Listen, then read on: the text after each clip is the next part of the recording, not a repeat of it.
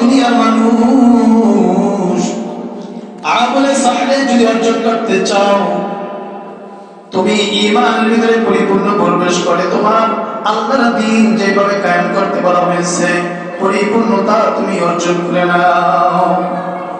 হযরত ওমর রাদিয়াল্লাহু তাআলা আমাদের বলেন, এই আযান এমন একটি আযান, আমাকে খলিফা বানানো, আমি খলিফার দায়িত্ব পাইলাম কিন্তু আমি মুয়াজ্জিন হতে পারলাম না। কি বলতেছে? আমি খলিফার দায়িত্ব পাইলাম, পুরো রাষ্ট্র আমি পরিচালনা করি, কিন্তু আমি মুয়াজ্জিন হতে পারলাম না। আমার মনে হয় আমি যদি মুয়াজ্জিন হতে পারতাম তাহলে আমার আল্লাহর দ্বীন পরিপূর্ণ অর্জন করতে পারতাম। সুবহানাল্লাহ। তিনি বলতেছে আমি সবকিছু দায়িত্ব পালন করতেছি, এত দায়িত্ব আমাকে দেওয়া হলো, কিন্তু মুয়াজ্জিনের দায়িত্বটা আমি পেলাম না। আমাকে যদি এটা দিত, মনে হচ্ছে আল্লাহর দ্বীন যা দিয়েছে আমি পরিপূর্ণ অর্জন করতে পারতাম। তাহলে এই আযানের ভিতরে ফজিলত আছে না? এরপর দেখেন আল্লাহ হাবিব কি বলে।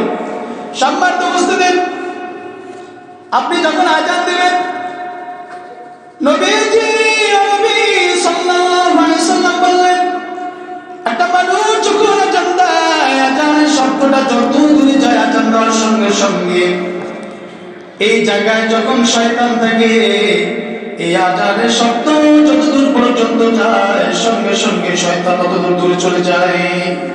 অর্থাৎ এখানে যদি শয়তান থাকে, এই আযান শোনার সঙ্গে সঙ্গে শয়তান এখান থেকে সরে যায়, এত দূরে চলে যায় যেখানে যাওয়ার পরে আর কোনো আযানের শব্দ শোনা যায় না।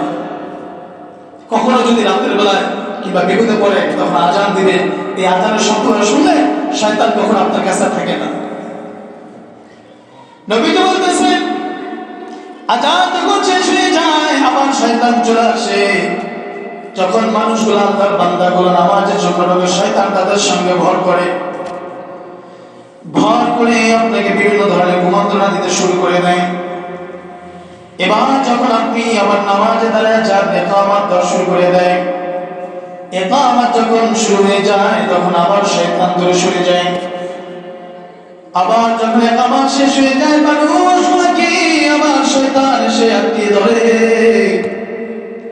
আপনাকে বিভিন্ন ভাবে আবার কুমন্ত্রণা দেওয়া শুরু করে দেয়। নবী আরবি জানায় দেয়, দুনিয়ার উম্মাত, এই শয়তান যখন ইকামত শেষ হয়ে যায় তোমার ভিতরে আবার ভর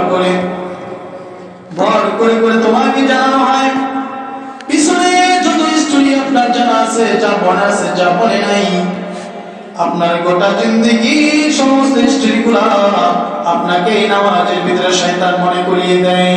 ঠিক কিনা জোরে বলেন? নবীজির কথার সঙ্গে বাস্তবতার সঙ্গে মিল আছে না? এই কথা বলেন। নবীজি তার 1000 বছর আগে জানিয়ে দিয়েছেন, ও দুনিয়ার উম্মাত, তোমাদেরকে আমি জানাই দিই, শোনো, যখন আযান হয়, আযান হলে শয়তান দূরে সরে যায়। আবার যখন আযান শেষ হয়ে যায় শয়তান চলে আসে।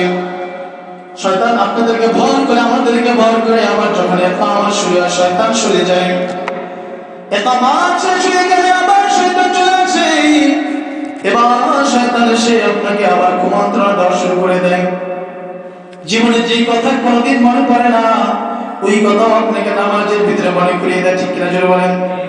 5 বছর বয়সে, 7 বছর বয়সে আপনি কি করেছেন দেখবেন কখনোই আপনার মনে পড়ে না নামাজের বাইরে, অথচ নামাজে দাঁড়াইলে দুনিয়ার সমস্ত হিস্টরি আপনার মনে পড়ে যায়। ঠিক কিনা? তো এই জন্য বলা হয়েছে যে তোমরা তখন মনকে স্থির করে এমন ভাবে নামাজ পড়ো যাতে করে শয়তান তোমাদেরকে কুমন্ত্রণা না দিতে